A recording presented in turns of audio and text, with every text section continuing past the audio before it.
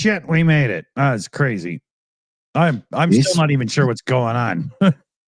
It's whiskey time, la la la la. It's whiskey time, la la la la. Yeah, snort. Those of you who got here early, you're gonna get to hear something, just like a 30-second thing or whatever. I started working on a song the other night, and I'll play you the intro of it quick because it might get used as a one of our theme songs around here coming up. Yeah. So let's. I think we should hear it, and I think they should hear it. Usually, I know what I'm doing. Let's see if it works.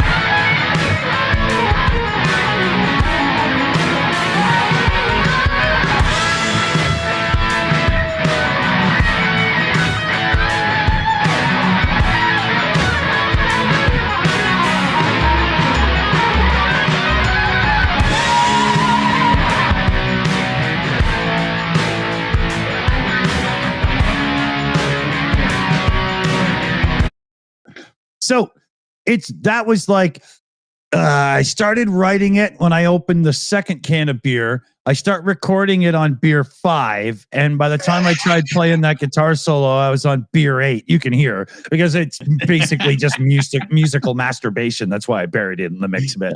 But it's very much just a rough demo. So we'll, it might turn into something. We'll see. Yeah. We'll get some proper musicians to do it. I did. Yeah. Our session musicians really good. It's called Dick Dawson. He's just sober when he does it. Yeah, exactly. Yeah. But it was fun to actually be doing things again. That's why you'll see the guitar is just hiding in the corner there, because I needed it close to the gear to record. Yeah. It was funny. It's funny. It's like we had a fire tonight. I had a fire tonight, and on the fire went half a dozen guitar bodies and necks. Just threw them on the fire. Couldn't be bothered. What? You're like, really? Yeah. Wow, sacrilege. Yeah, and some templates and shit like that. You crazy cracker, man. You crazy cracker. My son, it wasn't good. I mean, there was like a Les Paul copy sort of thing, but it was like heavily damaged, and it's like I was always going to like repair it and put like a Strat neck on it or something, just like so, like put a Strat neck on a Gibson body. But no, I thought, fuck it, can't be bothered. On the fire it went. Lovely mahogany, burning well. Wow. Crazy guy. I'll get you the ashes out if you want them. No, not really. I think I'm pretty good. I just had to move my mic, and I'm noticing the gain is super hot, so I'm trying to dial it down here. There we go. That's probably better. Sometimes my mic slides down a tiny. I got to get a new stand. This thing is junk. It was $24 Canadian. So, what does that tell you? And these Shure mics, this is the MV7. They're seriously heavy. And the boom stand elbow that keeps it held out, it's letting go. It's about to die. Now, you see, I noticed all the proper podcasters out there, the real professionals, they have those ones that look like a JCB arm. Yeah. Big, huge things. Yeah, the Rode one. Yeah. Yeah. If I don't have this, I'm not professional enough. Yeah. And you know why they like that is because it's this big square thing, and you can hide the cable in it.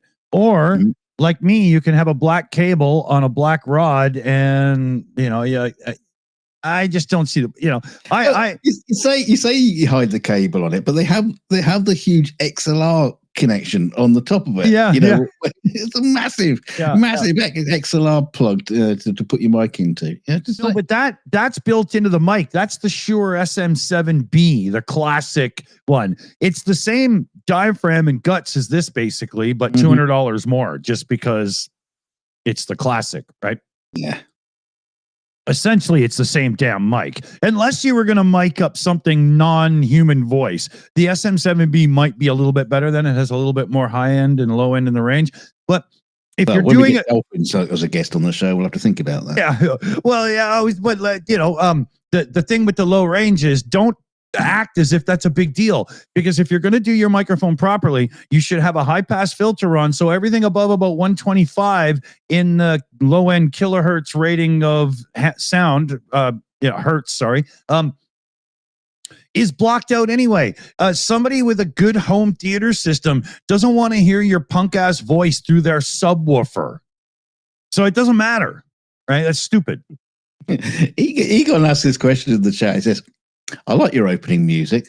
Why not use it as an intro? Hang on. Isn't that what the intro is? Well, the comment. I think it's just like, the one I'm doing there. Once I record it properly and whatnot, that will be a new intro tune. But it's not going to have some free-for-all musical masturbation guitar part in it. There's going to be a melody in there, right? Not just some, look at me go, crap, right? Yeah, some vocals. Yeah. No. A long road. Oh, I knew you were going to do that. Oh, man. They even had to get some Rod Stewart sounding wannabe motherfucker to sing that for Enterprise, right? I sent you the link to the guy Russell. I found him. He just showed up in my YouTube recommendations sort of thing. Oh, yeah, Russell Crowe. Russell Watson. Oh, okay. And he's like a classical opera singer that kind of like try to go pop in the a few years ago.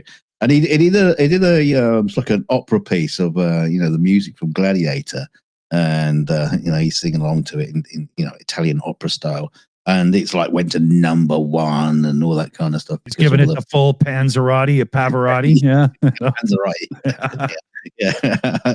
yeah, more like a calzone, yeah, the Sicilian kind, yeah. But yeah, no, he was like well popular back in the day when they were recording the Enterprise. So okay, guess that's why they picked on him. Yeah, kind of funny. So he was like Zamfir or one of those guys, or what was that Croner like guy? Not Harry Connick Jr., but that other one. Bolton, Michael Bolton. Yeah. He had Samson's hair, except it was only a mullet, and that's where he derived his power from, right? Well, the thing is that a lot of these people, they tend to stick around. Russell Watson, came big time, for a very small period of time, and then I don't know, disappeared back to be doing his classical opera stuff. I don't know what he's doing. In America, you play in Reno until you're good enough to be in Vegas. That's how your career goes, right? You have a peak during your drug and alcohol years, and then when you sober up because you have a few children to support, you go on the crooner circuit, right? Yeah, the Elvis story. He created this thing, yeah.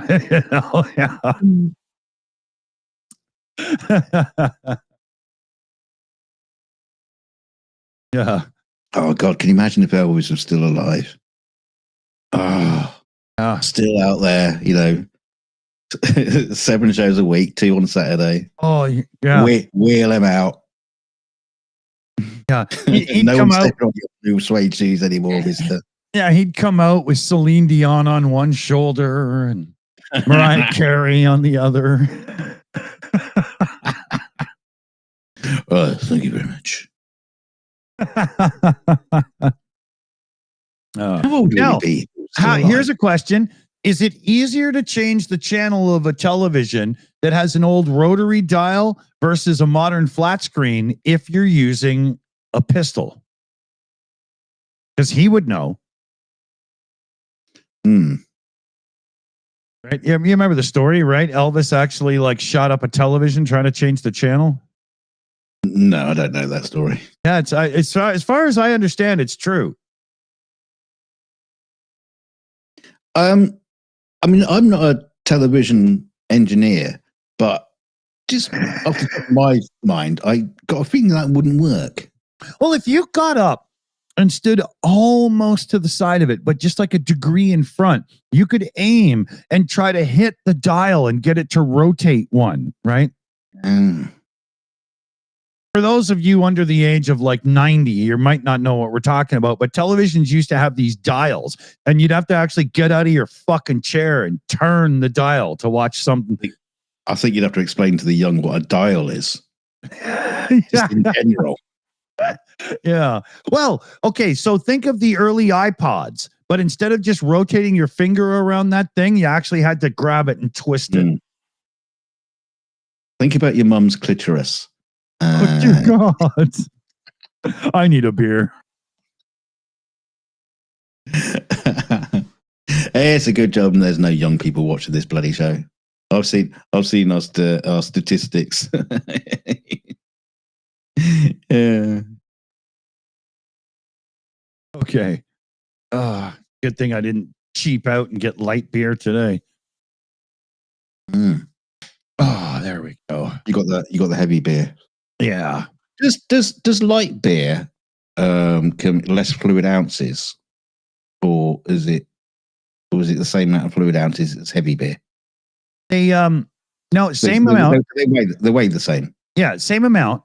It's funny because in Canada we had this big thing, light and mild for cigarettes. You know, the old names are deceptive and deadly, but you can have light beer. Well, is it light calories? Is it only light in alcohol? Like it's, you know what I mean, right? You know, not made of helium. Yeah, and just because it's light, does that mean I can have 12 of them and not have to worry about visiting my doctor once a week when I'm 65 years old? You know, I mean, 12 a day. I mean, but that there's this whole thing where politicians gain votes by picking on cigarettes, but they don't gain votes by picking on alcohol because everybody drinks. Well, I mean, once upon a time, you could say the same about cigarettes.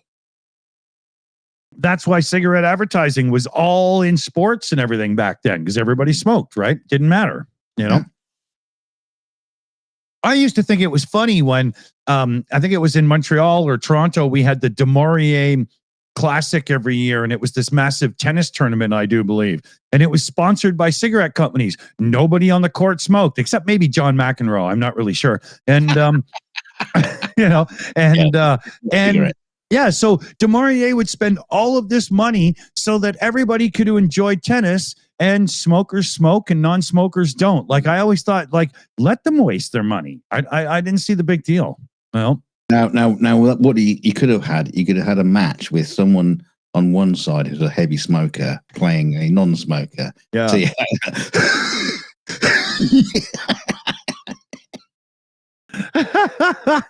well, that would be like having a debate between RFK Jr. and Carney from Canada, you know? It's having like two tennis balls in your pocket when you're ready to serve. You got two cigarette lighters ready to light up. Yeah. Chucking it at the ball boy once your cigarette's lit. Let's play. Yeah. You go over to your water bottle quick between sets or whatever, and you got an oxygen tank. Oh.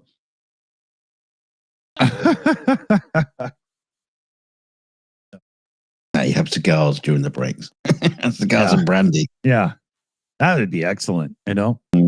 I like bring cigarettes back into sport. Yeah, exactly. Right? Marijuana too. Come on, you know. Wouldn't that be great to watch somebody doing like a 2-mile run, but they're on like a track and field track, and every time they run around, they have to do like a hit on a pipe or something. So by the time they're on lap 15, they're just all fucking stoned, or like or a relay race where you, instead of handing over a baton, you're handing over a cigarette to the next player. There you go. Yeah, yeah. You're not allowed to run unless your cigarette is being smoked, right? There's in Southern Ontario, there was a series of races that were awesome, lawnmower racing, but you had to chug a beer every lap, right? So within 10 minutes, these people are drunk, right? And it's hilarious, man. That was brilliant. It was really funny. Yeah, Andrew Petrie in the chat, Ben Johnson. Canadian fame, Canadian shame. And I think it happened about 72 hours apart. I can't remember the story. Yeah, he was our guy who beat Carl Lewis or whoever the big American sprinter was in the Olympics, only to get caught as a cheating doper right afterwards. Oh yes, oh yeah, I remember now. Yeah. That was interesting moment. Yeah, but does smoking weed actually make you run faster? No, that's the snowboarder, Regular Gotti or whatever his name was. He almost lost. Oh, he did lose his Olympic medal, but they gave it back to him because he got caught for being stoned. But he was a snowboarder. That's what they do, right? And pot is not an enhancement to anything. Yeah, I was going to say, life, if anything, being stoned is not. That's going to make. It's not going to help. Yeah, exactly. Yeah, but yeah. The other one, though, he was like literally just on like anabolic steroids or something ridiculous. Like he was going to get caught for sure. It was dumb. Yeah. And he was like, oh, I didn't know. Just because you can't spell anabolic doesn't mean you didn't know it was fucking in your body. Come on. He's got the legs of an Arabian racehorse. Yeah, exactly. Yeah.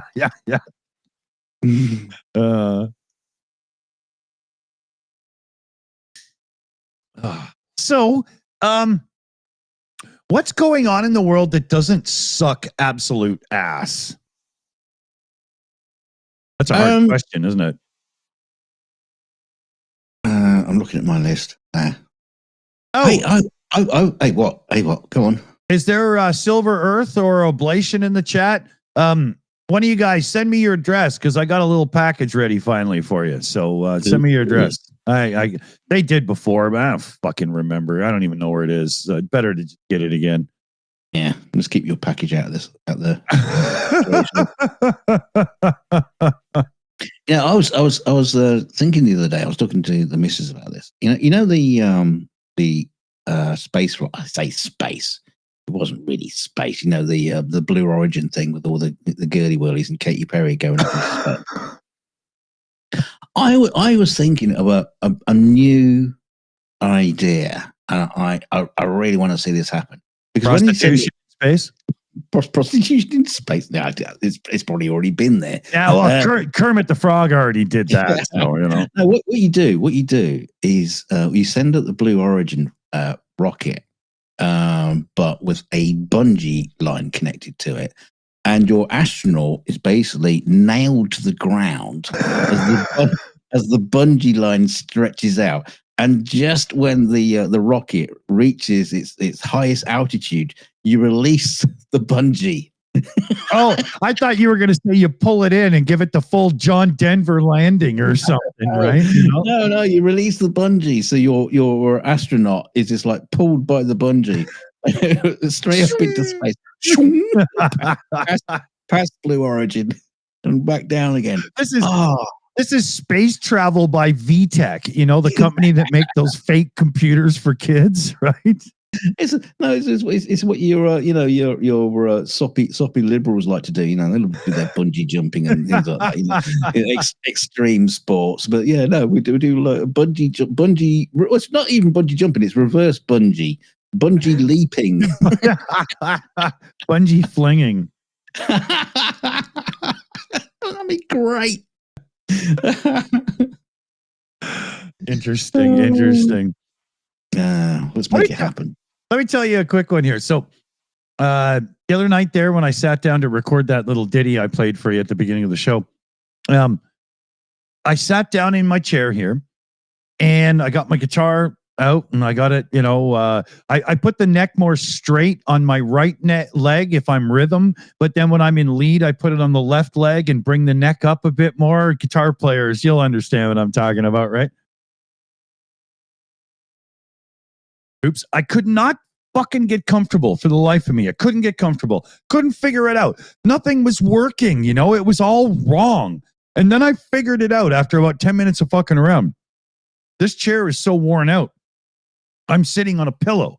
And even though that doesn't truly help, I am ever so slightly higher in the chair than I should be.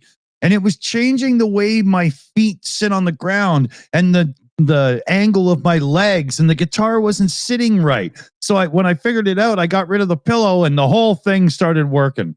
It was a very strange moment. I had never noticed the need of the height of the chair to be accurate like that. I never really noticed because I normally just stand up and play, right?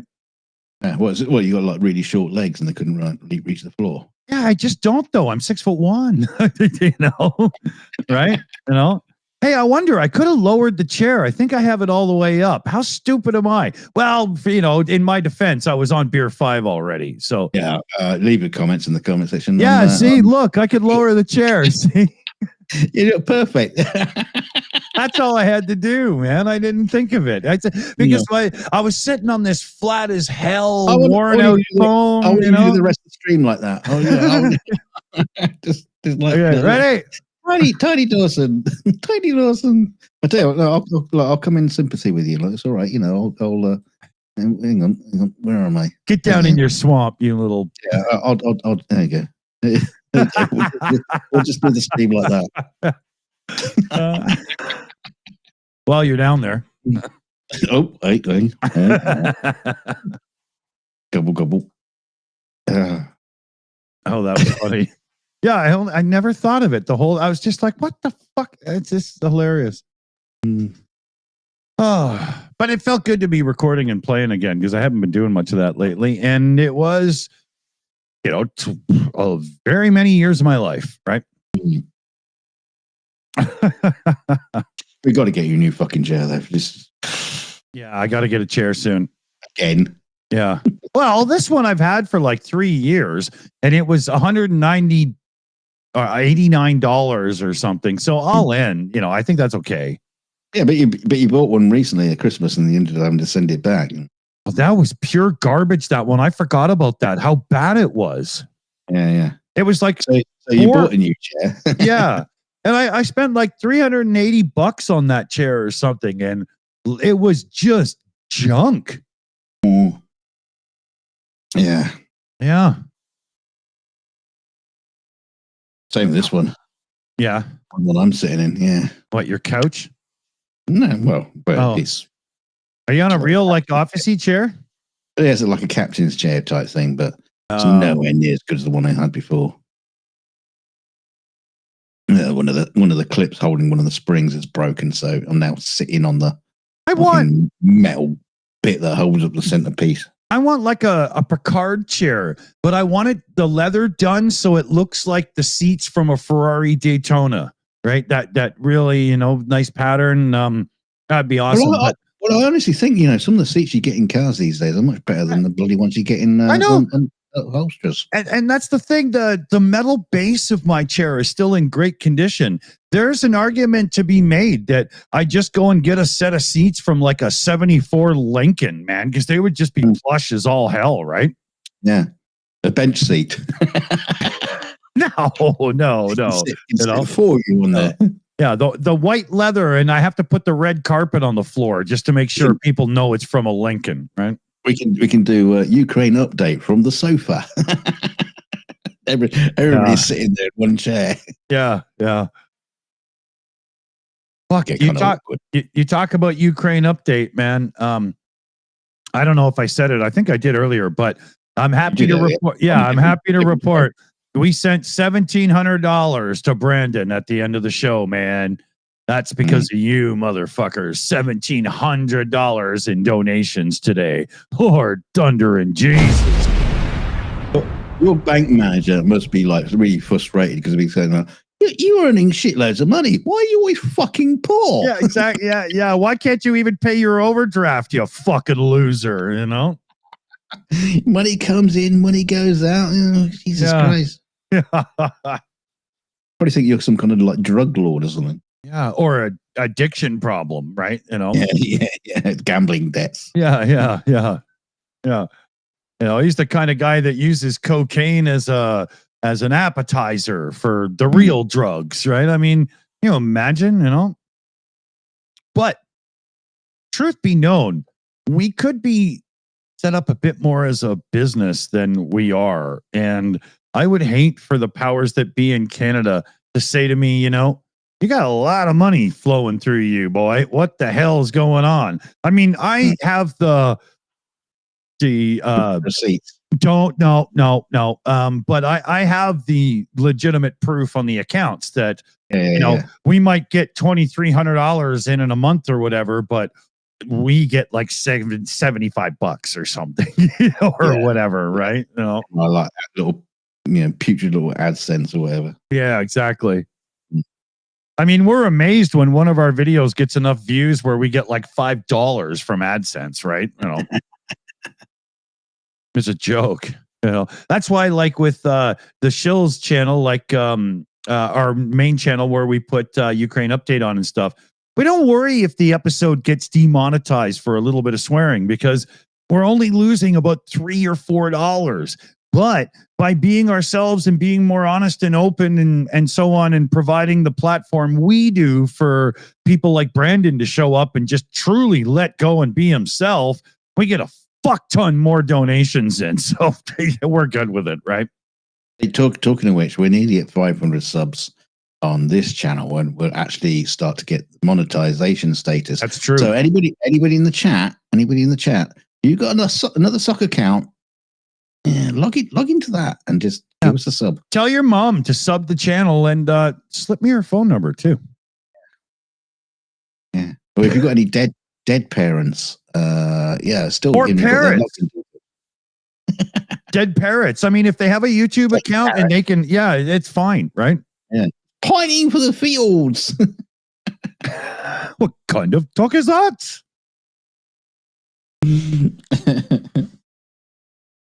Beautiful bird. Look at the plumage. Sorry, I dropped my lighter. Hold on. Oh. I'm not trying to give myself a blowjob on the show. I'm just leaning over. No. No, that's on a different channel.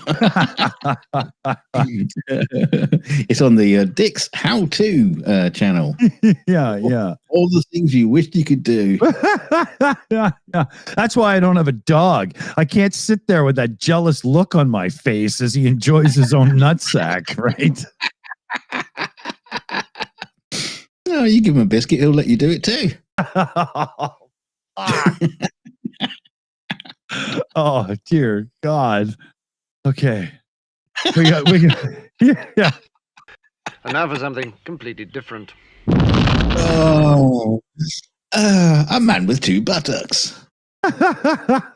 Oh, shit. Where'd the show go? Are we still live? Okay, yeah, we're all right.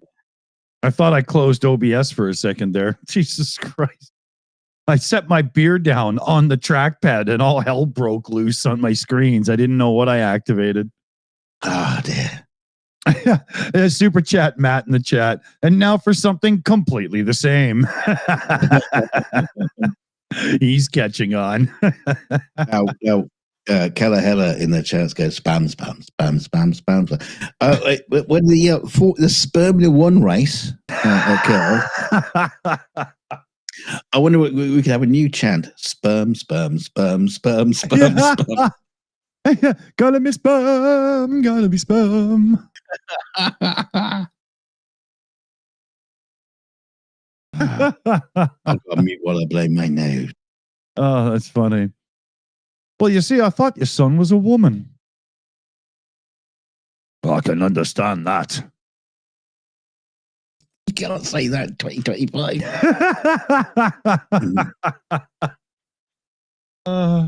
That's one of the best scenes, though. Stop that! We're not having any bloody singing here. One day, son, all this will be yours. What, the curtains? What the curtains?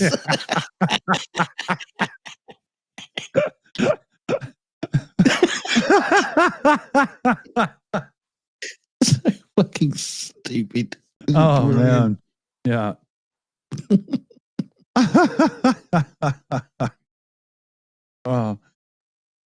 Oh, man. Okay, here. Boom. We got Egon in with his second one of the night here.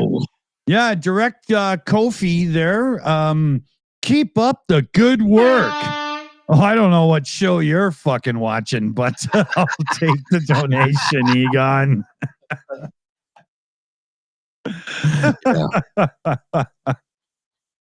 Yeah, it takes a lot of work to look this unprofessional. No, I can make heads or tails of that, because what he's actually talking about is the work that I put in to putting these beers down one at a time and getting to the next one, because damn it, somebody's got to do it.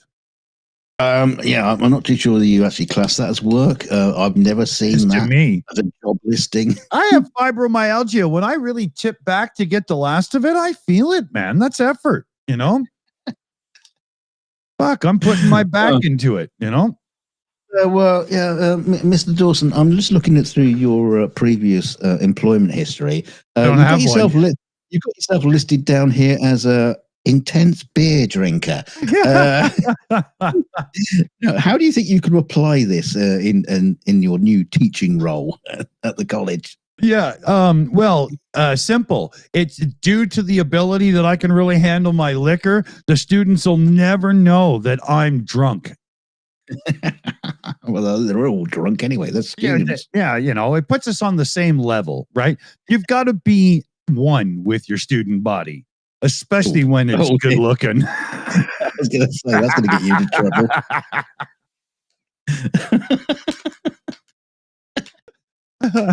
I'd be amazing in education. See this guy? Yeah, don't be him. It'd be amazing in education for a very a fleeting moment in time before you're removed. We had a teacher back in the day, man. I was in grade 7. I don't know what year that was. Figure it out. I was born in 1970.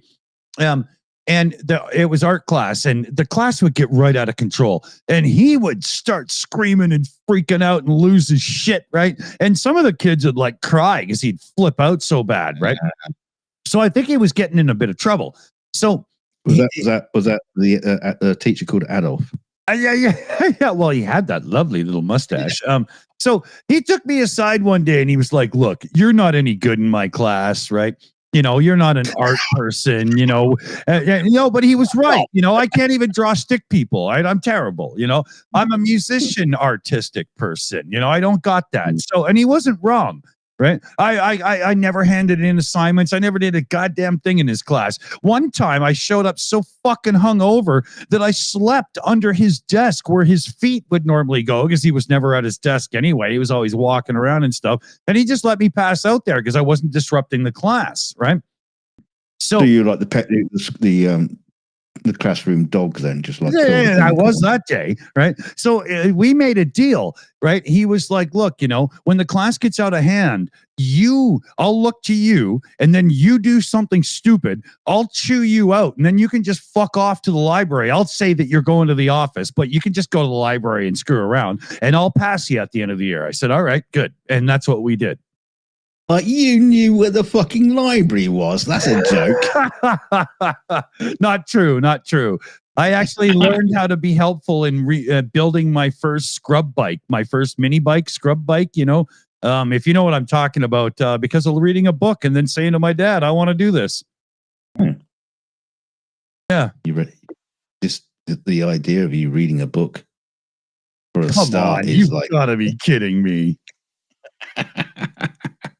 Well, oh yeah. I mean, because because of the dyslexia thing, some of the ways I pronounce people's names in my head when I'm reading the book and stuff is a little bit screwy. And if I was to read it out loud, people would be like, Samantha, you idiot, and shit like that, right? But yeah. I was dyslexic too, we all did that. You read, you never actually know the names of the characters. You just know, you recognize the name, that word, that really long word. You go, that's Rick, that's right?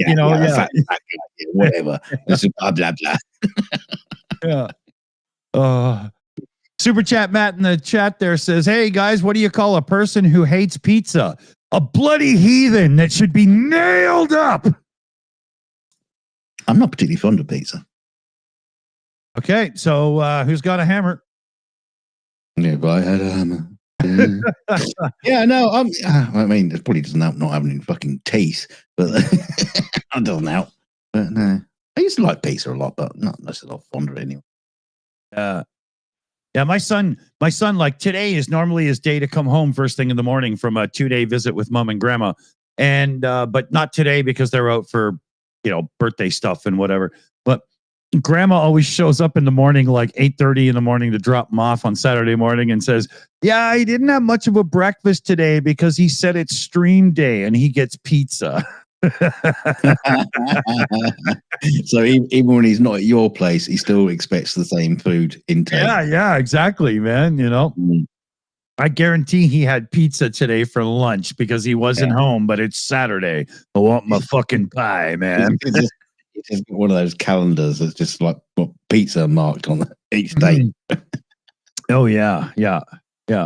And he likes to piss people off because he's got to see some pineapple on his pizza. So, yeah, Canadian kid, man. No, wrong with that. Oh, I love it.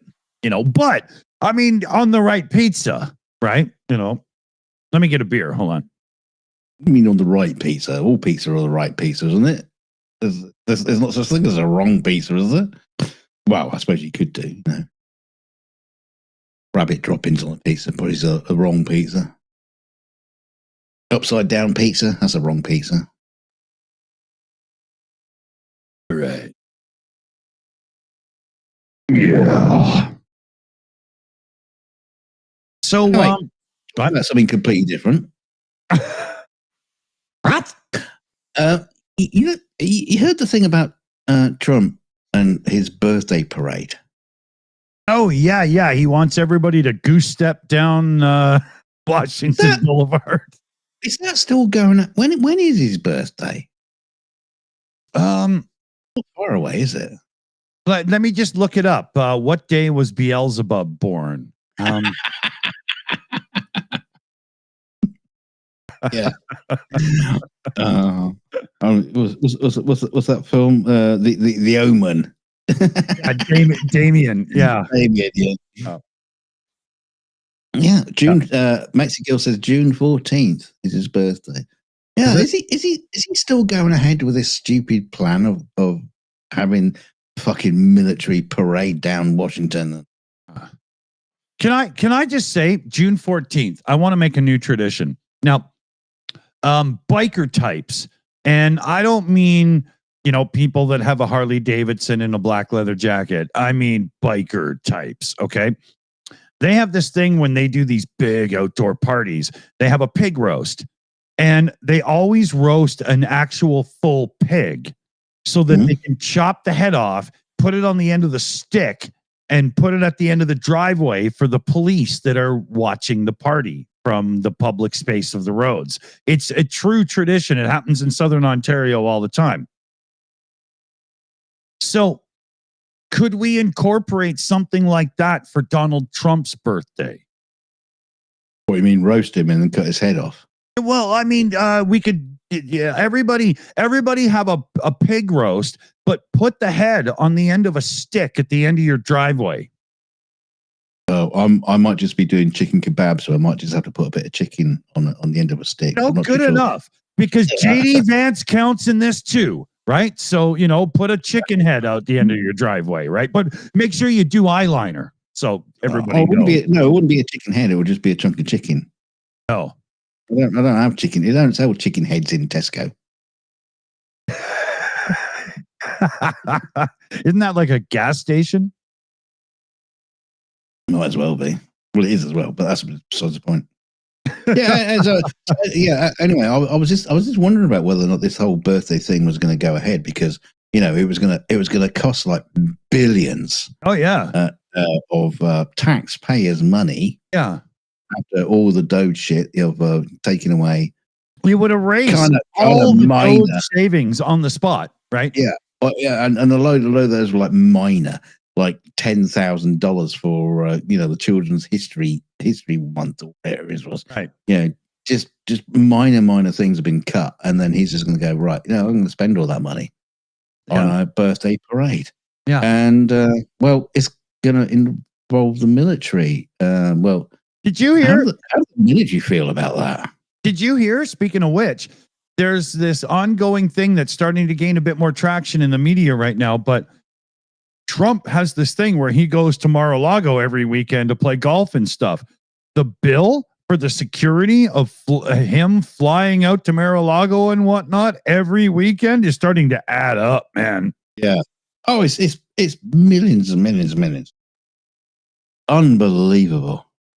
Yeah. And then you look at Doge, the website that has to keep erasing things that they said they were saving because they had to rehire the people because nobody wants bird flu, Ebola, nuclear waste issues, and on and on and on. And Trump is wasting more money than Doge is saving just to his lifestyle alone. Yeah. Actually, Doge stories seem to be not hitting the news too much these days. Well, the only ones I've been seeing is Doge is looking like Elon is suffering so badly from his public persona that there's whispers that he might have to step away from the public arm of Doge somewhat. Now, yeah, saying it's costing $1 billion a day or something like that. Yeah, I don't believe that he would truly step away. He would just stop talking so much, but still be directing Big Balls and the other ones to do what they do. He would still be getting the information. I don't believe otherwise, because as far as I can see, he kind of owns 35% of Trump, the part that the oligarchies and the Saudis haven't already bought, right? Yeah, and the bit that Melania won't touch, which is about $10 from what I've heard. Oh, yeah. See, that's the other thing about Musk. Obviously, you have to talk about Tesla, and Tesla has taken like a massive knock. Everybody's talking about. Like, did you hear about his emission? Yeah, 71% down, and the value is just like tanking. Yeah, and I was kind of like, there's a couple of questions on that. Do you think the confidence in Tesla is also having a knock-on effect for the entire electric vehicle market as well? I know the numbers are up compared to Tesla sales, but just that aside, do you think the entire EV market might be taking a bit of a hit on this? Oh, very much so. Because Tesla's the darling of the EV world in some markets, right? Very much America. Tesla being down is justification for all the EV haters to go, see, I told you so, they ain't worth shit, and all that stuff, right? But it's also giving a huge opportunity to some Chinese manufacturers like BYOD and a couple. Can't remember the names offhand. But I caution, very, very much, I caution restraint on this, because Hyundai, they originally hit the market with the Pony and the Excel and a few cars, and they were dirt cheap, but they didn't last more than about 8 years, and they were in the scrap heaps, right? Even still, for how much they cost, it was probably a fair deal, right? Now, over time, they've hired some engineers and some designers and stuff away from big name brands. And you've got Hyundai and Kia right now putting out some really good looking cars, and they got decent performances and so on. So they're making big strides in electric. But watch a few of the YouTuber mechanics that are actually like honest mechanics, like the Car Wizard and stuff.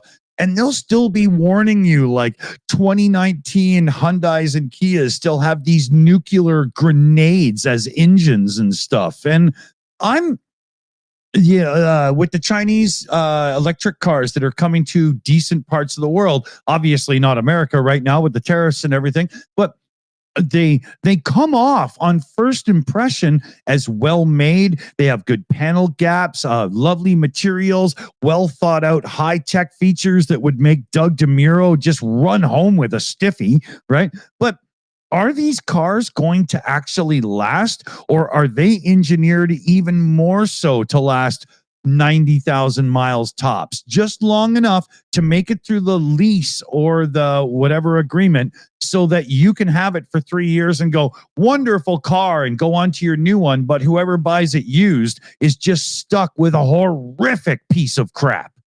I have not seen enough evidence to make pass judgment, but I would say, fair warning, jump in at your own peril at this point.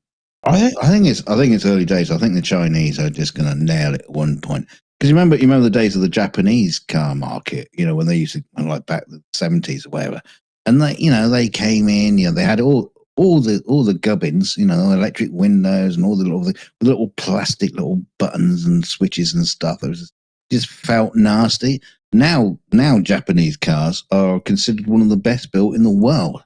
Yeah. So you might start seeing the same with the Chinese market at one point. Mm-hmm. Who knows?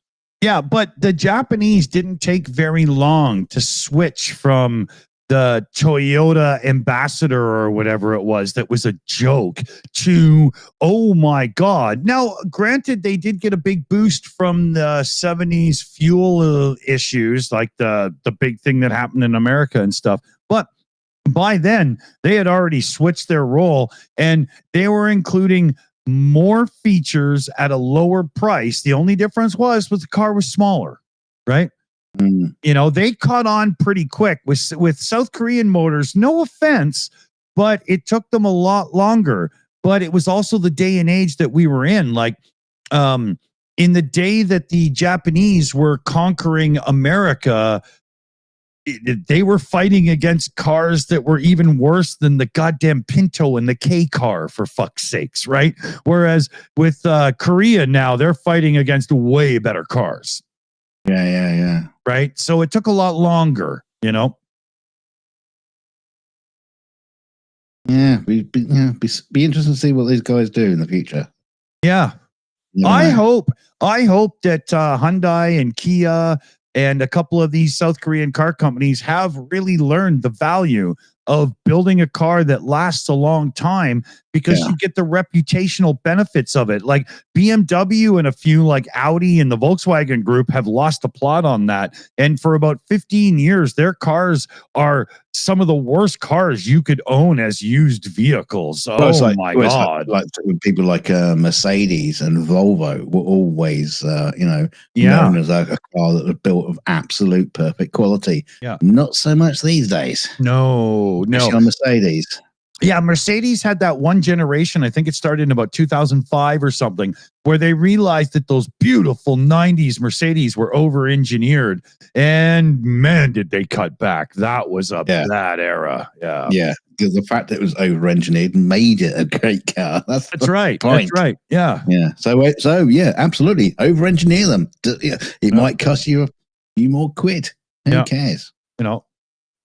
Like right now, that's why I like my Land Cruiser, because it is over-engineered. And that's where I was going to go. Let's talk about modern cars right now. I'm a huge car person. I can take like a Honda Civic from the 80s or 90s and strip it myself. If I got the tools, I could rebuild the engine. So you're the guy that stole that car then. Yeah. I'm huge into cars. I understand a lot about the engineering.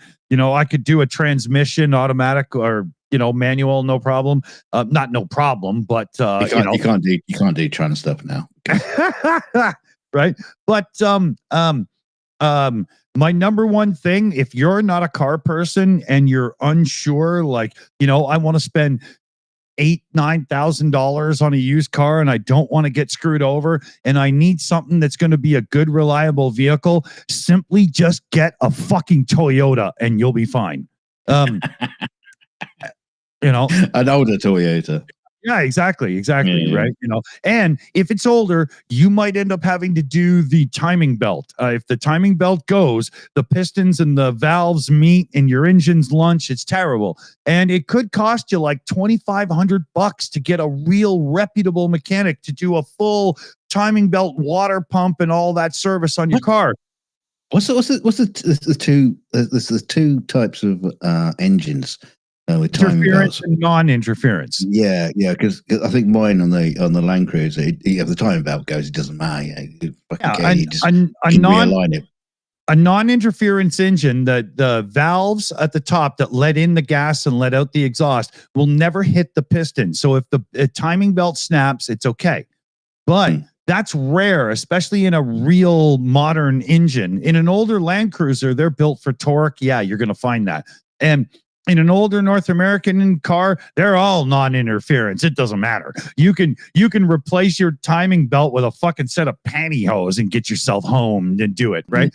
But on any sort of more high-strung modern engine, you'll lunch it. So even if you find yourself like a Lexus, which is Toyota LS400, an old school, beautiful luxury car, and you find a good one for $3,000, it's going to need bushings. It's going to need a few things, it's going to need the timing sorted for sure.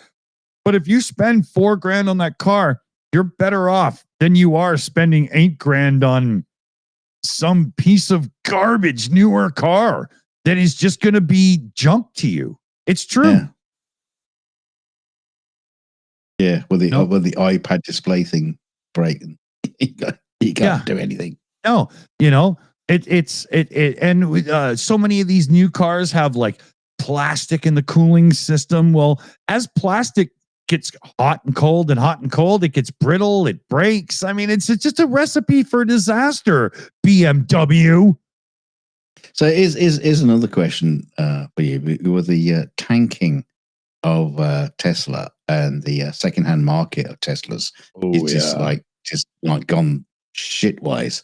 Yeah. Ironically, is this a good time to buy a Tesla? No, because what'll happen is with all of this hit to the financial side, Tesla will do some anti-consumer BS, like not support their older cars and make it even harder. I mean, as it is, a used Tesla, if you don't know somebody that can rebuild the battery and stuff for you and whatnot, if it's got any real mileage on it, run. Just fucking run, right? Have you heard the thing about Tesla and the odometer? thing? Yes, I'm following this big time. So the story is, well, do you want to do the story? Well, the story is that Tesla is electronically speeding up the odometer to show more miles than the car's actually driven to get themselves out of warranty repairs and recalls and stuff, right? It's not using an actual physical mechanism to record the mileage of the car like most cars do. Yeah. It's just doing an electronic kind of like maybe this, maybe that, but it's always pushing it towards a higher number of miles. Yeah. And to be honest, seeing what I've seen of Elon and knowing what I know of him, where, my child said something bad about me, I'll disown you, and all this horrific stuff about the guy, I wouldn't put this past the company at all. I really wouldn't. No.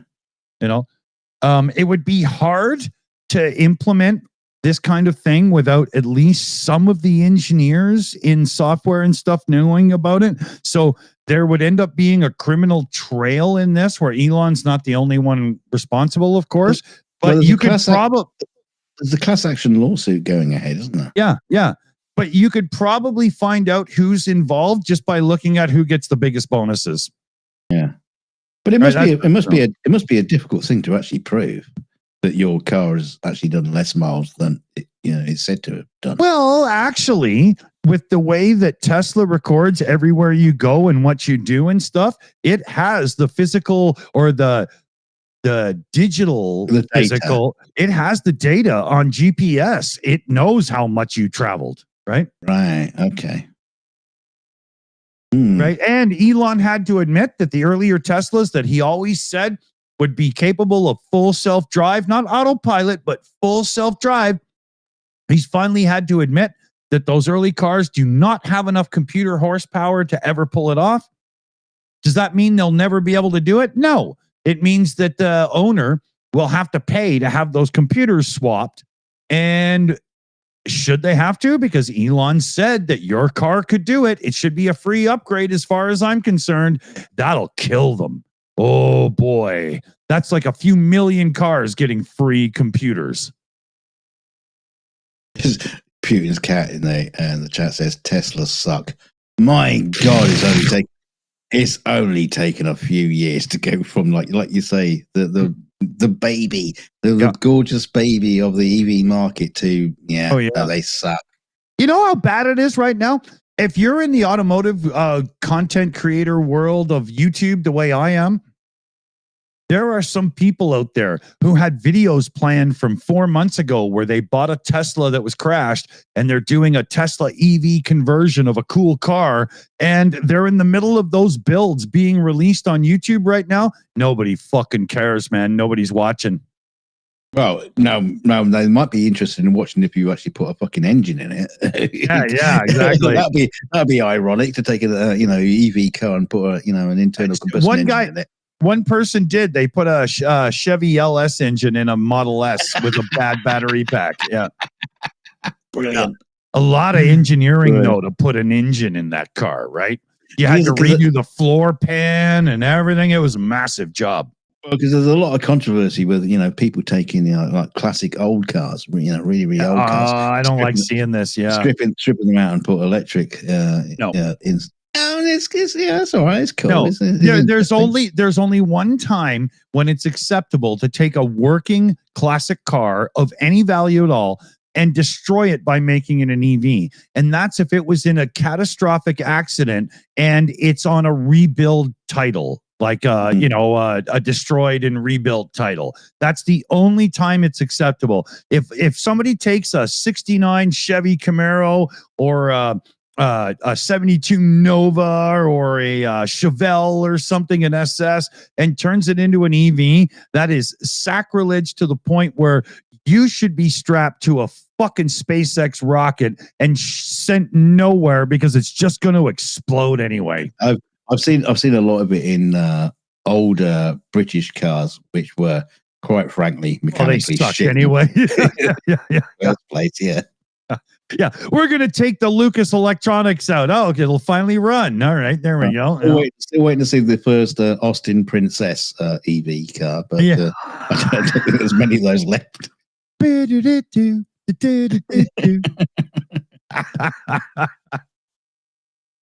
No, but I mean, when I say that, I don't mean to be a jerk because I love me some classic British roadsters and stuff. It's your job to be a jerk. Yeah. Well, it kind of is. Yeah. But like, I love like a Jensen Interceptor, especially the FF, the 4-wheel drive.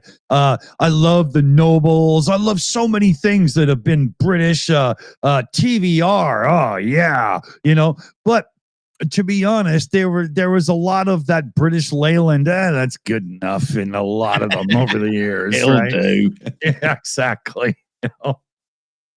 Yeah. Yeah, too bad too.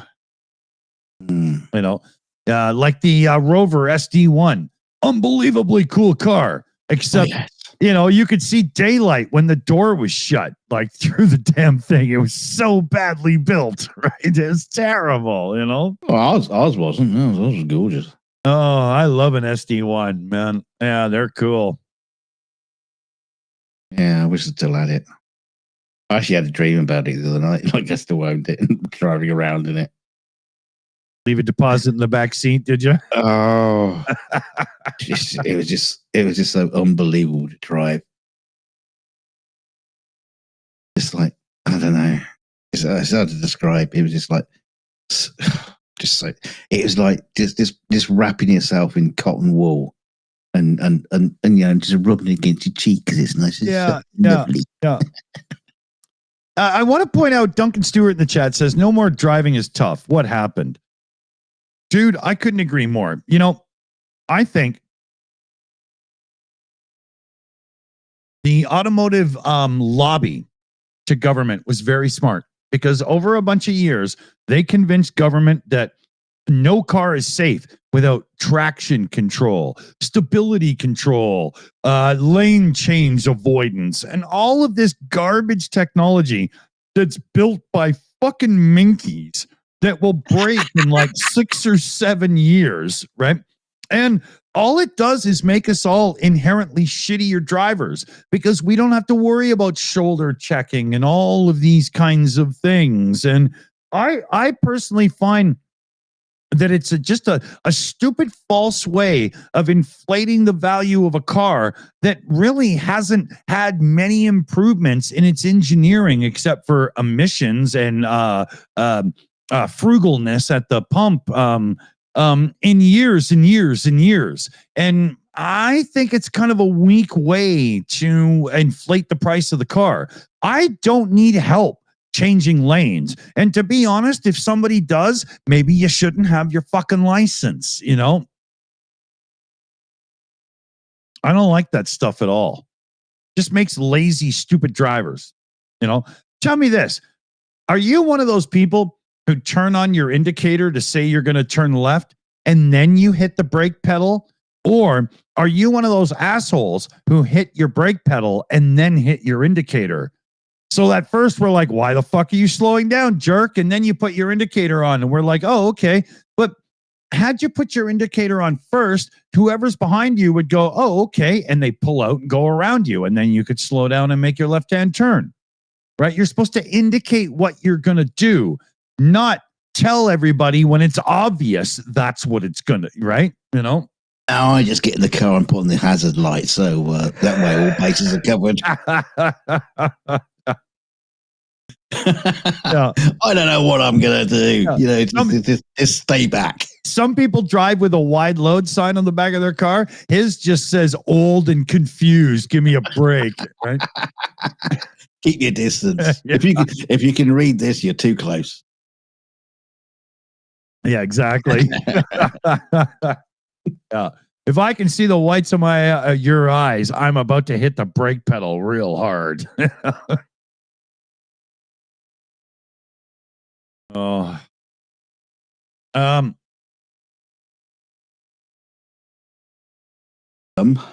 Well, I was just thinking to myself, you know, if I start complaining even more, I'm going to start going into the benefits of Betamax versus VHS. Like we're really going backwards here. Hey, all right, okay. I'll switch the topic if you hit the button. Okay, here we go. And now for something completely different. Now Hitler. I was thinking about this the other day. Hold on a second here. Let me make that. I was thinking about this, you know, the other day, you know, with you know, Trump and his regime, and you know, the new Reich that is being formed in America. Did you click your heels when you said that? Did I hear that? Did I hear that? No, I did that. Okay.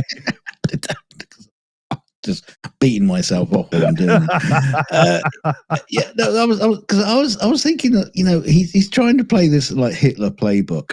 Yeah. You know, in America, and you know, it's getting like really like that whole Duggan, you know, judge being like arrested and shit.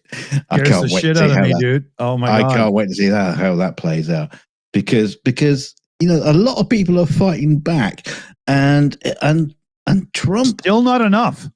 No, if not I'm enough, honest, not enough. But like they say, Trump is underwater. He's not very popular. Not many people like him. No. Now, I was trying to think about this. What was this like in 1930s Germany? Because I've got a vague feeling that Hitler, he was actually kind of like popular. They actually kind of liked him, and this is the reason why he managed. Yeah, they both came to power in the same way. They fucking laid it out first. So yeah. But the point is, you know, the German people kind of like actually grew to like Hitler, and this isn't what's happening in America right now. No. The opposite is happening, and this is why it's going to fail. Yeah, but the thing is Hitler, they liked him for quite a long time until it was obvious it was stupid. Oh, With yeah, it was Trump, too late. And then, yeah. and then you had to, But follow. Trump got the full Hitler love, but it's falling off a cliff now, like the stock market's value, right? Yeah. Yeah, but that's the thing. What Hitler didn't do on day one is tank the economy. Yeah. You know what's hilarious is up in Canada here, we just put this up on the 42 channel yesterday or today. I don't know, fucking whenever it was. In Canada, it was looking like we were going to flip from liberal to conservative in the election that's going on right now. And Trump is actually the one who kind of saves Canada because we were like, holy fuck, look at this fucking guy. Well, we better not do that. That's, Yeah. I'd imagine the same thing's going to have a knock-on effect worldwide. Oh, yeah. A lot of places. Apart from the dictatorships. Yeah, I mean, your average Canadian looks at him and says, Donald Ceausescu, I mean Trump, like that's kind of, right, I don't know.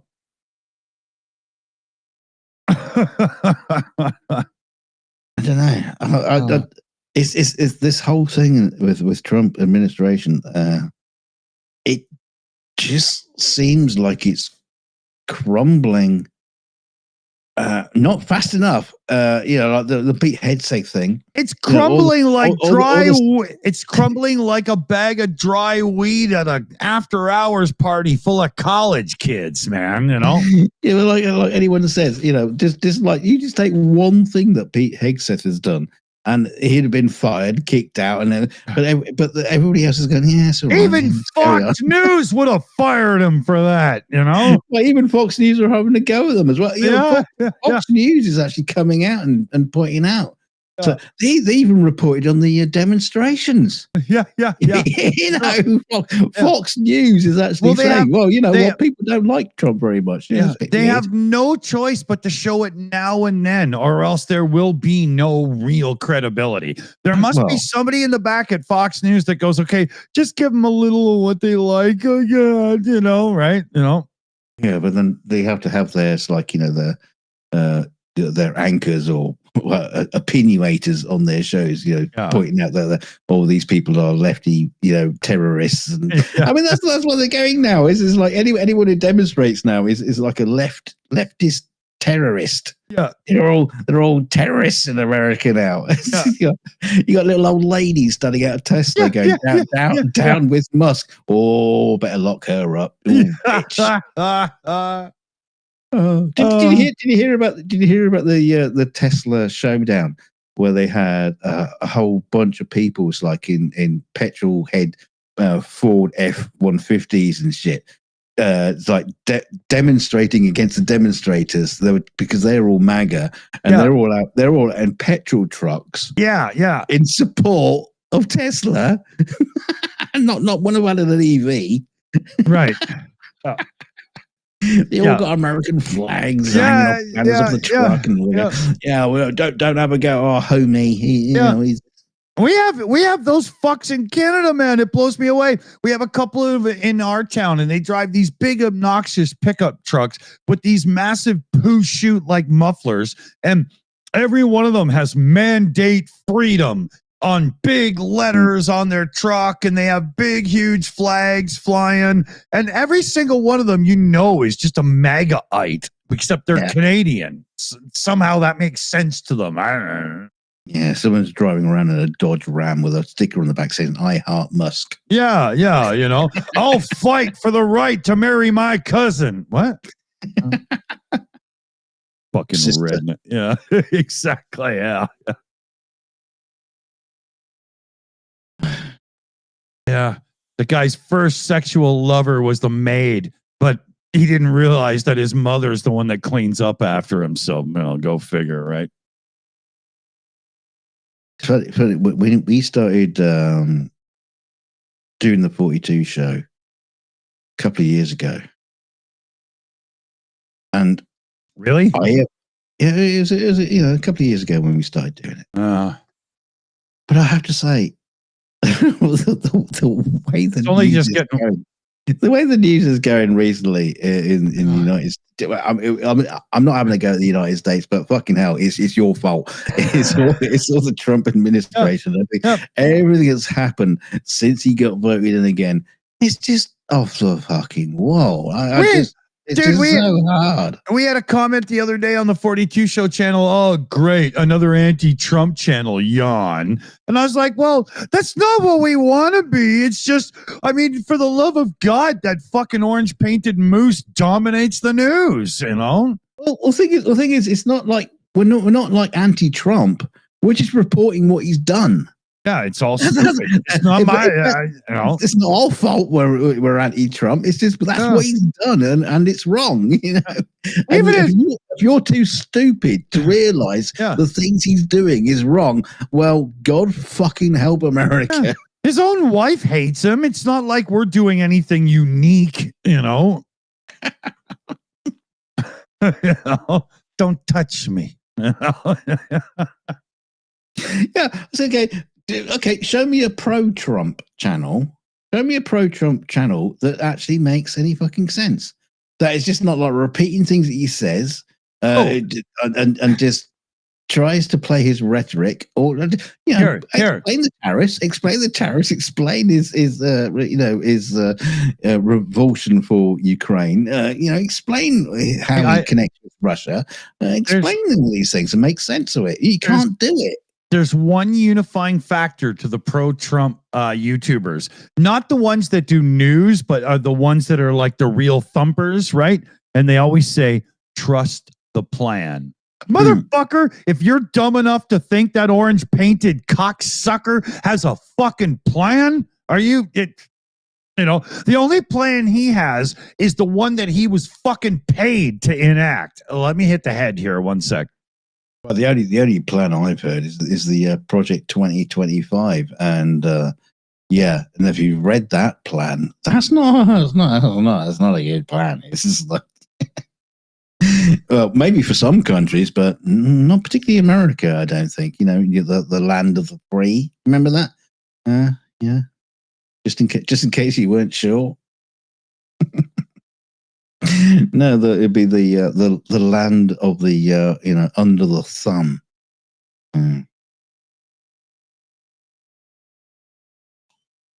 Oh, is he gone to visit his horse again? That bloody horse gets more attention on this show than anybody else does. Have a look, see what's going on in the chat. Steve Welsh, we can't read.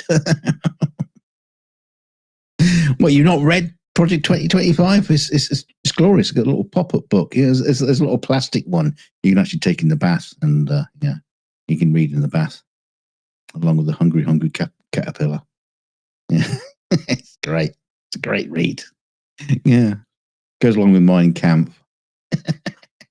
Yeah, the plastic version. Oh, he's off again. Sits down, goes away. Oh, I know what he's gone for. He's gone for a beer this time. Ah, dear.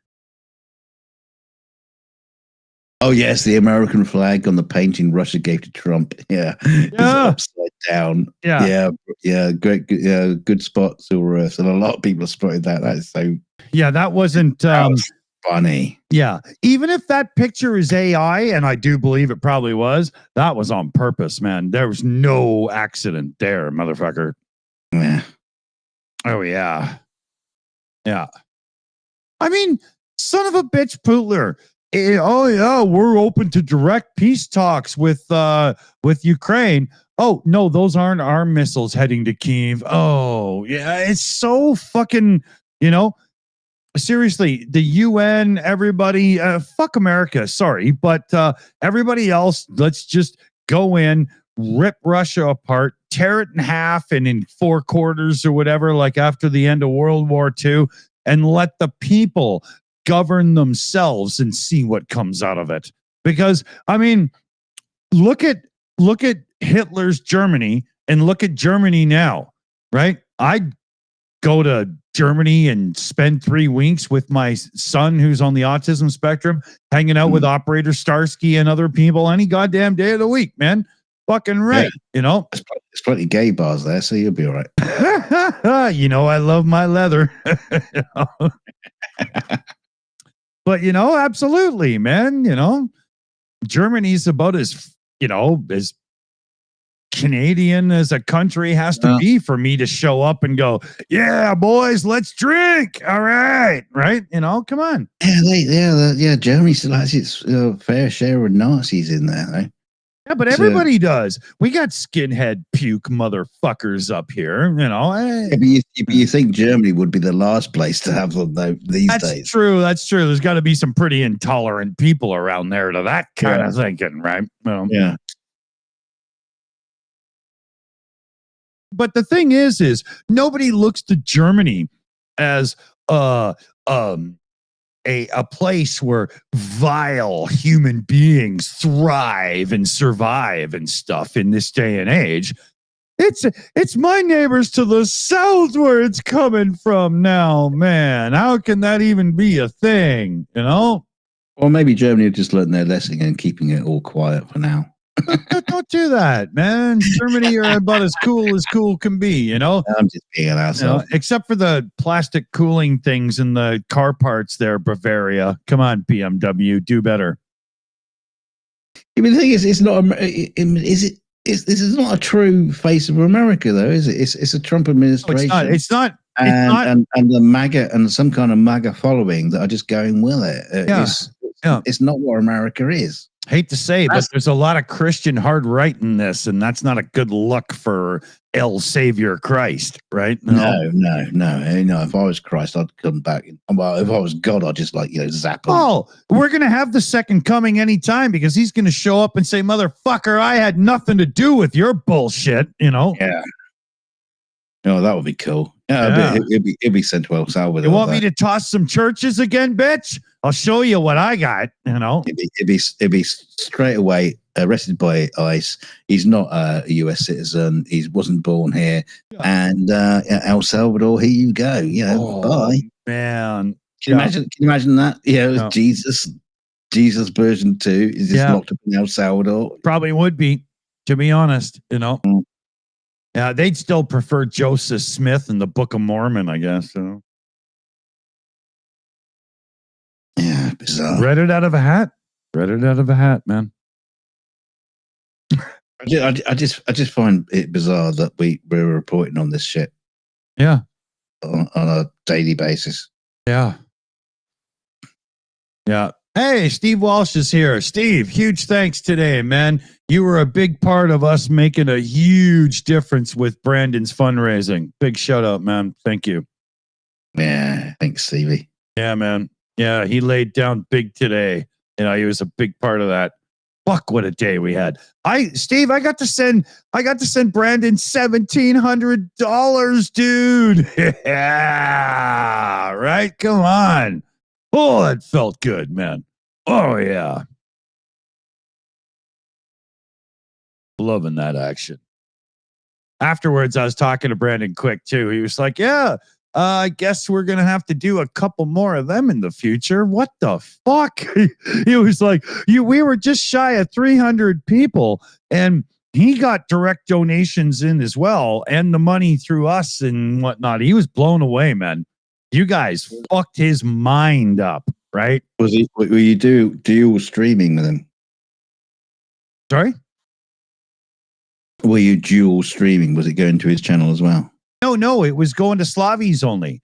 Brandon was just a guest. He didn't, we didn't send it over to his channel or nothing. It was just purely the Shills viewers. God bless you, the Shills viewers. Totally, man.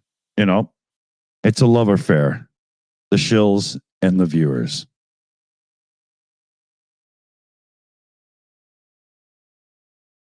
I like it. It was a good day. It was a very good day. Tomorrow we have a second UA show because yes, we do. My son will not be home until tomorrow night. So because today was focused on Brandon's situation, fundraising, and his focus on Russian invasion of Ukraine. Tomorrow we have the regular Shills show with Car for Ukraine group and everything. So we have a second show. I'm already 5 beers into the night, so I'll be a little hungover, but I'll get through it.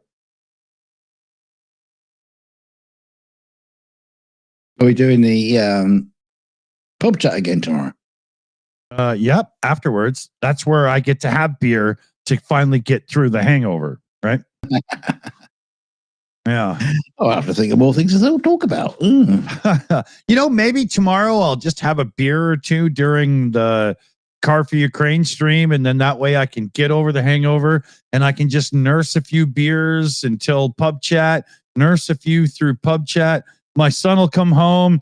I'll try to hold it together because he doesn't usually see me as a stumbling drunk. And yeah. Have we got to do a 42 recording tomorrow as well? Wow, you're right. Yeah, because we need at least one set of stories tomorrow, but we should do 2, right? So tomorrow we'll do the Car for Ukraine stream at noon Pacific. Will be done about 1:30.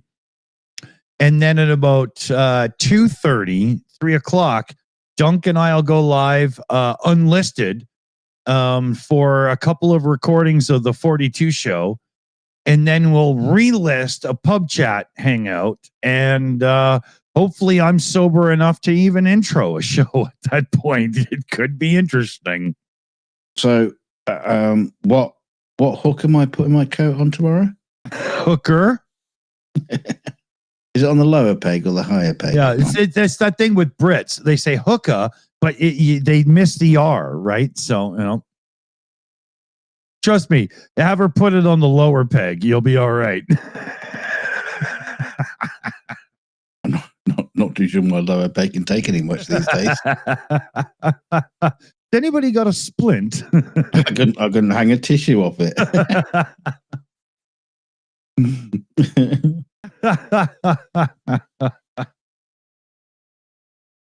It's like a Lego hard hat looking for a home.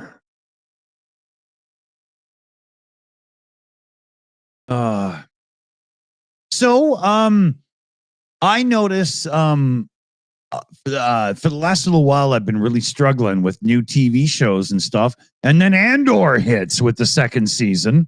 Oh, yeah. So good. I haven't watched any yet. I'm saving them all, and I'm going to do a full, day of no child, no responsibilities, Andor binge, right?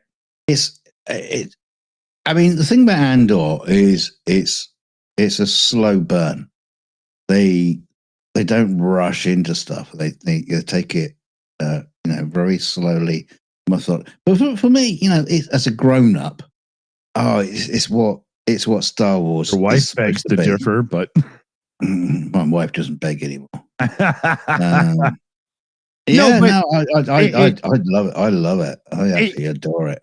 I'm a big fan of the way that it's not all big explosions and fight scenes and then a tiny bit of story.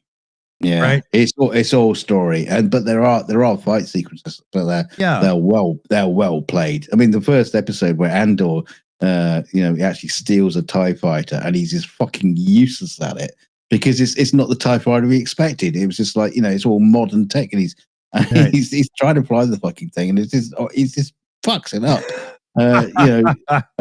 It's funny and it's brilliant, kind of like classic Star Wars. Just like stick Han Solo in a situation where the Millennium Falcon's not working, he's thumping at the panels, sort of thing. Yeah, it's just great. Yeah, and there's a great scene with like Mon Mothma. He's like the head of the rise of the Rebel Alliance, because that's the important bit, because there's lots of rebels, but they're all just like morons. She helped form the actual alliance that brings all the rebels together. And she's at her daughter's wedding, and she at the end of it, she's just off her tits on some alcohol that is. I don't think it's just alcohol. I think there's a little bit more gummy bears in there than there are. I know what it alcohol. is. It's rabbit pilsner. A beautiful Canadian drink that'll get you where you need to be. Well, thank you for our sponsor tonight. But you know, she's at this her daughter's wedding, and she's like dancing around like there's a full on fucking rave going on, and she's just like off her tits, just dancing. Meanwhile, Andor is like fighting people off. It's just an amazing show. Putin's cat is saying, "Hey, you spoiling Andor now?" No, I'm not spoiling it. Yeah. I'm not spoiling it. Yeah, but highly recommend it. If you consider yourself one of our diehard viewers, get a hold of us on the email, and maybe I can add you to the Plex server, and you can watch it for free there. Yeah. Steve Walsh, I'm looking at you, mate. Yeah, Steve, seriously. You've definitely earned your spot on the Plex. Yeah, are you kidding? He's paying for it, right? Well, he's not. He's paying for rain. Yeah, but Steve, if you want free video and music streaming, just get a hold of us on email. You're on the Plex server right away. Yeah, UK TV and Ham, sign me up, please. Yeah. UTV and Ham, you don't even have to ask. Just send me the email. Sign up at Plex. Send me your email. We got about 450 movies. We've got many TV shows with every episode. And I put every weekend there's Formula One racing, the practice sessions, quali runs, the race, Ted's qualifying notebook are all in the server as well. And what is the email they need to send to? The silly shill show at gmail.com. Yeah. So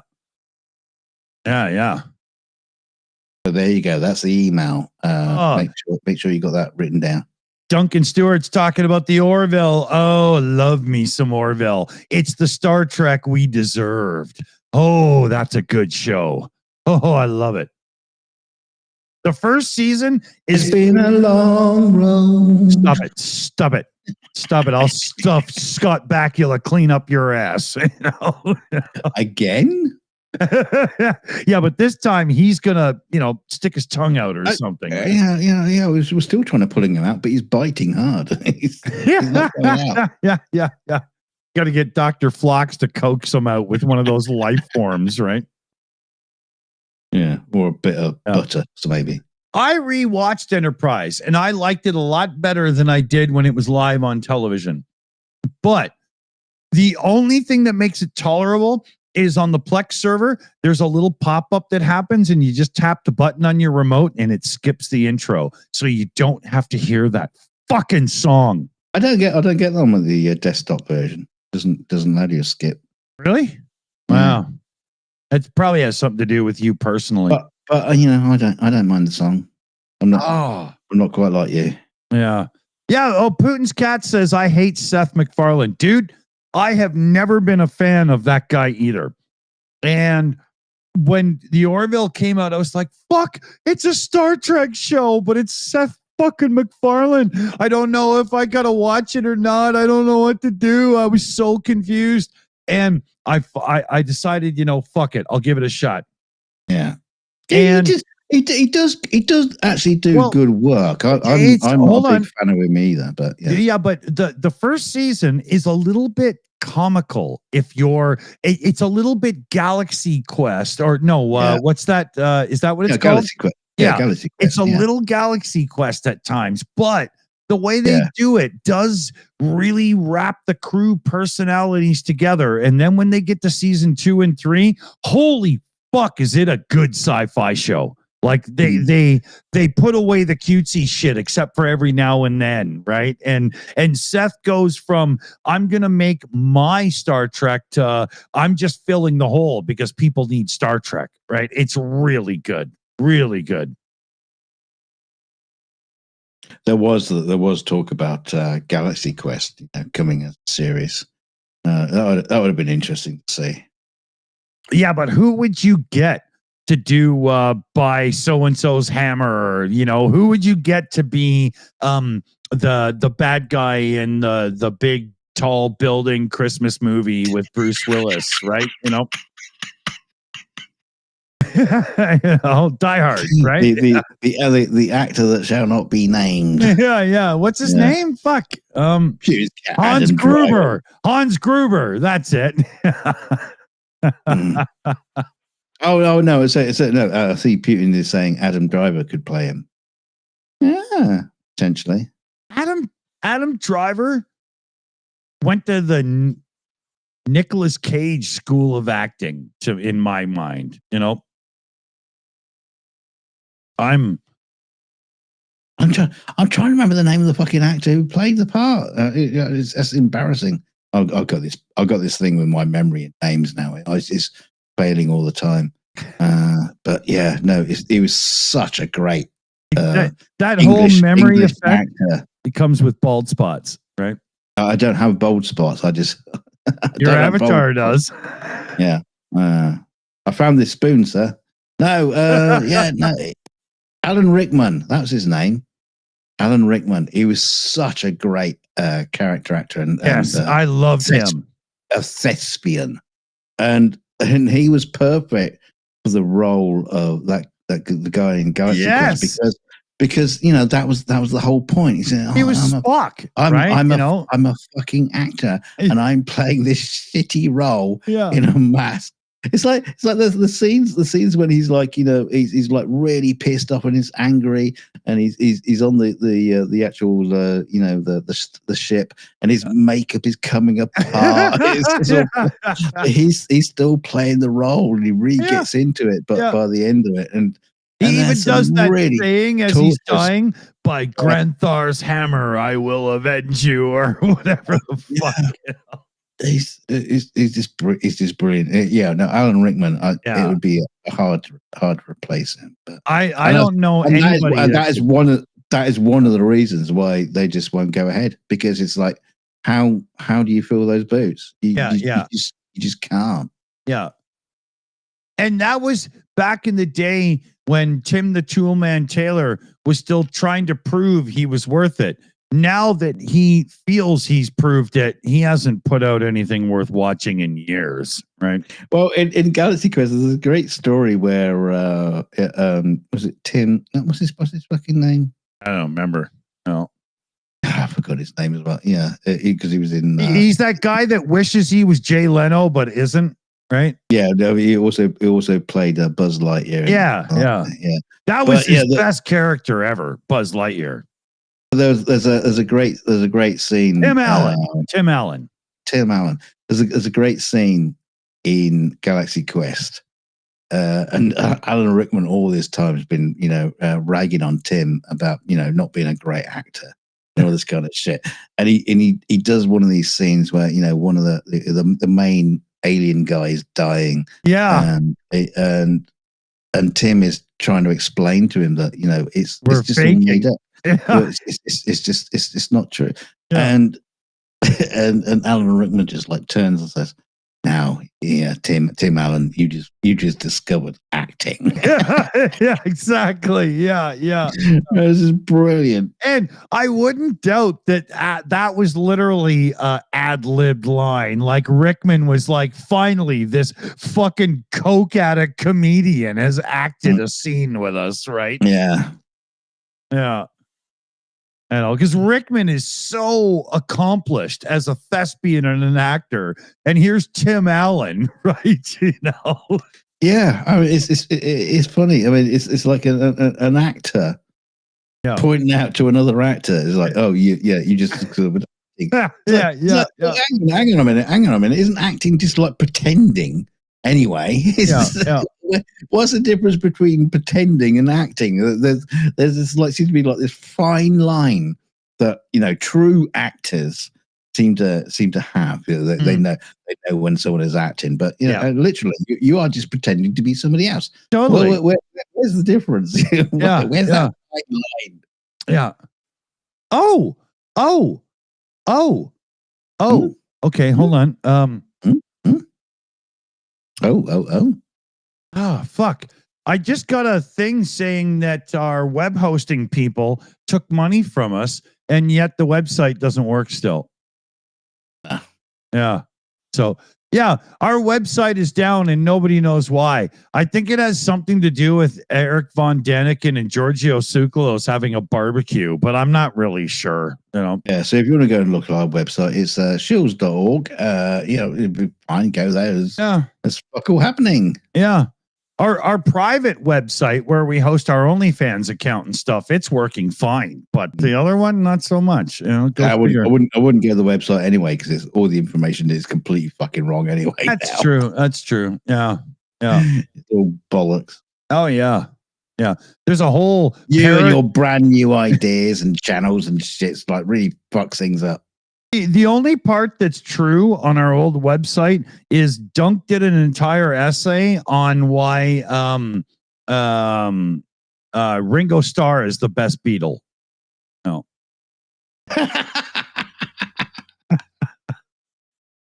He wasn't even the best drummer in the band. Poor old Ringo. Ringo was a great drummer for the Beatles, but every time he wrote a song, you ended up with Yellow Submarine or something. It's like, what the fuck, man? Hasn't he brought out like solo albums and stuff? I'm sure. Oh yeah. Yeah. Well, has anybody heard them? I don't know if they've heard them, but you usually see them in the thrift stores, right? And you buy them and you still haven't heard it. Yeah. Just like there was this drummer from the Grateful Dead, and somebody introduced him to radio astronomy and the sounds that come from some of these radio telescopes.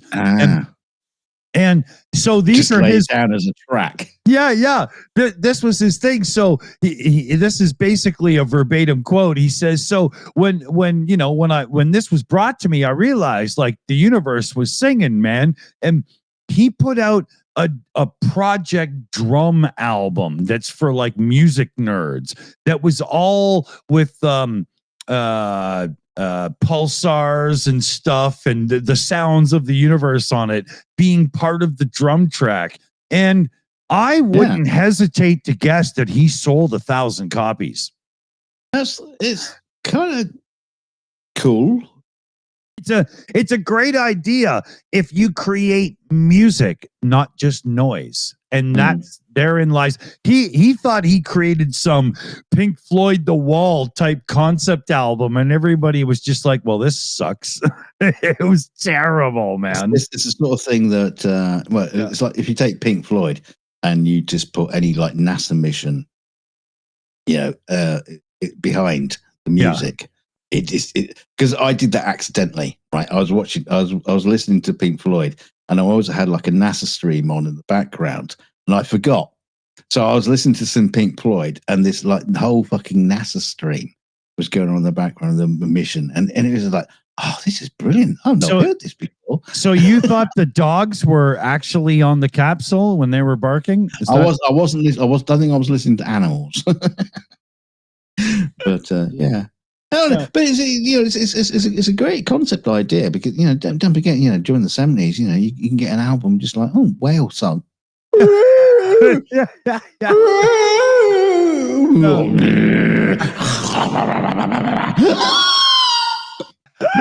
That was awesome.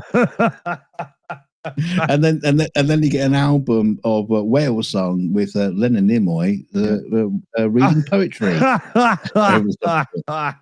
Which is an album I've got. You really do? Oh my God. Yeah, I think it's called Whales Weep Not. Wow. Yeah. Wow. That's one of the few really old, rare vinyls where there's not many copies printed and it's still worth fuck all. Yeah.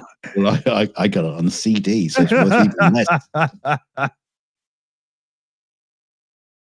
Yeah, I think that was during my Star Trek is great, Leonard Nimoy's fantastic period. Yeah. Well, that's like I saw that. Leonard Nimoy and William Shatner did music and stuff, just like Kiss did movies back in the 70s, right? Yeah. Although, I always say it. William Shatner's Has Been, I think, is a great album. It's fucking amazing. I don't really like it. Of course you don't. I've even sent you fucking links to it. And you've not listened to it because that's who you are. You just ignore the font of information that's laid at your feet, and you go, fuck it. That's not information. The boy is tone deaf on the best of days. I'm just not. I can't. I'm not doing it. Excuse me. But yeah, no, I think Has Been's a great album.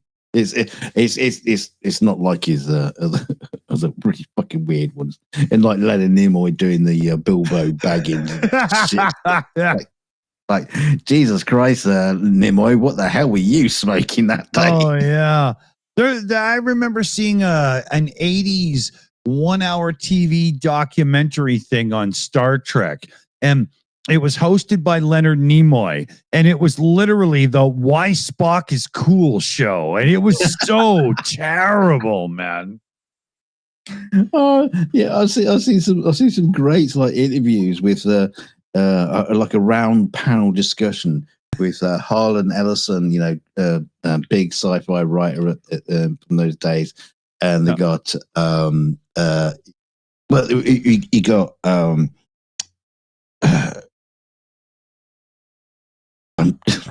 the names are suddenly but you got Scotty McCoy and Chekhov. Just go with that. Yeah, James Doohan and the other guy, that queer guy. Yeah. No. He's not. They don't have him. But but they're also like sitting there talking about one of those like black rooms with like chairs up in a circle, and they're all wearing their like 70s like huge collars and jackets, and it looks like a scene from The Voyage I Home. need bell bottoms to disguise the bulbous tip of my long cock. Right? But every single one of them is sitting there talking about sci-fi and Star Trek, and they're all chain smoking. It's just like this cloud in the studio while they're talking about sci-fi. It's just like this immense thick cloud of smoke as every single one of us chain smoking through it. Dave Allen's the host, right? Here, do you need another pack? Yeah, you're doing top of your whiskey. It's so crap. But the funny thing is, they're also like bigging up, their theories of why Star Trek is great and all this kind of stuff. Yeah. Actually, when you sit back and think about it, it's not as great as you think it is. Mean, it's a cultural phenomenon, and we all love it. But look, don't put it. It's not fucking Shakespeare. And even then, don't put Shakespeare on a pedestal either, because I'm not that cool on that either. I never even knew what that son of a bitch was talking about. So I don't know. No, I still don't. I just love the fact you have these people who do these kind of like interviews and discussions about the project they're working on, and the build up of I saw a thing influence. I saw a thing. It's one of those channels that just wants to be the most in-depth. We're gonna rip into music, channels, right? All right. And they had an interview. Wait a minute here. Let me get a beer first, because a dry Canadian is an unhappy Canadian. You can't leave me with that. Actually, I can, because you will remind me what I was talking about, and I'll probably remember. You might. Fucking. It's got a mind like a sieve. I just started watching the thing. It's really interesting, but I'm going to leave you now. So, okay, you carry on the conversation. Okay. While I don't tell you anything. Go on. What was it? So there's this guitar channel. He wants to be really bad. It's a decent channel, right? I'm not dissing the guy much. So they had the guitar player from The News, Huey Lewis and The News, right? And it's the News. It's Huey Lewis and The News. Yeah. Right. So, and I don't know if you know Huey Lewis the way I do. There's some serious guitar playing on some of those tracks, man. This guy could play. So dude has him on, and he's older. I'm in my 50s. I'm calling him older, right? So he's got the guitar and they're having an interview and he's like, hey, could you play me the riff from this track? So he can barely play it. And they're doing I Want a New Drug, Huey Lewis. Oh, yeah, yeah. If you listen to that, there's this simple guitar riff, but there's all these brilliant old school 70s guitar solo leads in the song. And the dude doing the interview is totally expecting him to do that. And all he does is play the riff in the spots and then just stop and go, yeah, it was brilliant live. I didn't have to play anything here. I just sit there. And I think that was the moment when the guy doing the interview was like, oh, so you're the rhythm guitar player. You didn't play the solos. And it was hilarious watching him try to recover from that moment and save the interview when the guy was just playing 3 chords each time and going, it's a real simple song. I barely did anything. It was hilarious, man. But that's the funny thing is just in general, if you think about it, all those. I mean, I know you got some people in rock and roll that you love and shit like that. We put them all up on pedestals. Oh yeah, you go back and that thing you did was amazing. And actually, when you think about it, it wasn't really that amazing. No, and if you get that's not it. And if you ever get the opportunity to ask 101, you're going to get the full-on Pink Floyd fade-out response. I don't know. I was pretty drunk at the time, right? You just dude don't even fucking know, man. Yeah. The fact is, we apply. I think we apply the word genius a little bit too often and a bit sloppily these days. Yeah. Very much. You watch a TV show and you go, oh, this was genius. No, it wasn't genius. It just wasn't shit like the 99 other shows you just watched. Yeah. You just happened to rock one off watching a really good OnlyFans. You were 6 beers in, you had a fat joint rolled, and you were like, fuck, that's the greatest television show I ever seen. It's the best sex I've ever had. Yeah, exactly. Yeah. I never had Miss and Mrs. Lonesome Dove get me off so amazing. Right now, the world is awesome. Even a Chrysler K car is a worthy secondhand vehicle. Yeah. Except I was watching. It's not. It's not. I was watching something else.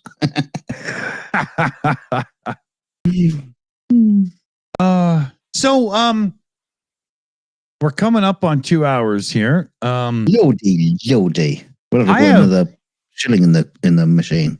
Dude, seriously, I've been in the headphones a lot today. You've been at it all fucking day. Yeah. I feel like Rick the Ukrainian right now. What small and streaming all day. Yeah. We did an hour for recording. We did 2 hours here. That's 3. We did hour 45 minutes for the show earlier today. That's not bad, right? Yeah. Well, I think at this point, the only thing you can do now is go into Discord and talk to people in the chat. No, I can't do that because I can have myself a good supper and then I have to spend the evening drinking water so I can wake up and be somewhat coherent to handle doing the Car for Ukraine stream tomorrow. Right?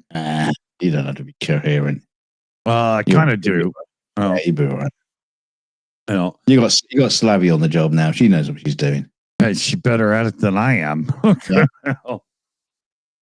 Damn sight better looking too. So easier on the eye. Yeah, very much so. Well, you haven't said that. Starsky's better easy on the eye. Now he's doing his topless shows.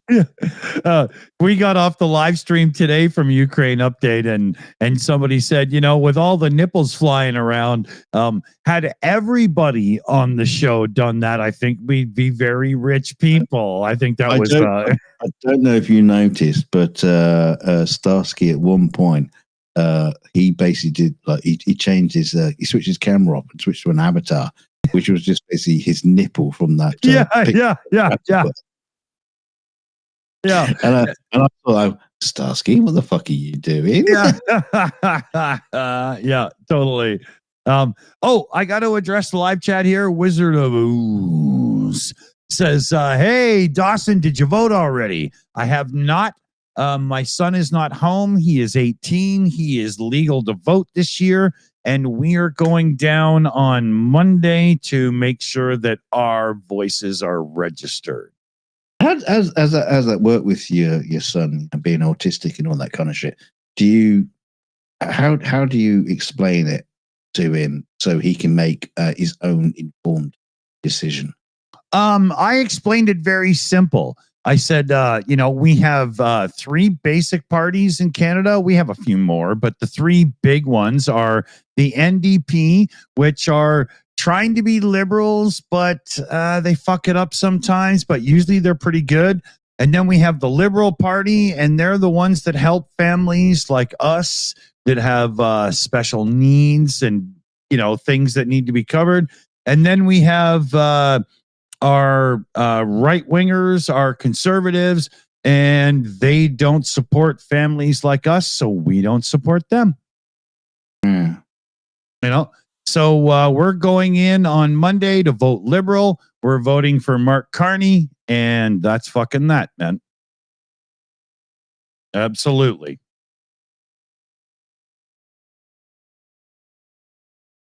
Yeah. The only thing I'm concerned about is, they're really picky about how you fill out your ballot. And I'm not sure they're going to let me go in with Felix to make sure he fills it out properly. So when we get to the polling station, I'm going to have to explain the situation and see if I can't get some practice like ballot that won't count, just so I can teach him to make sure you've got to do it properly. Otherwise, your voice won't count.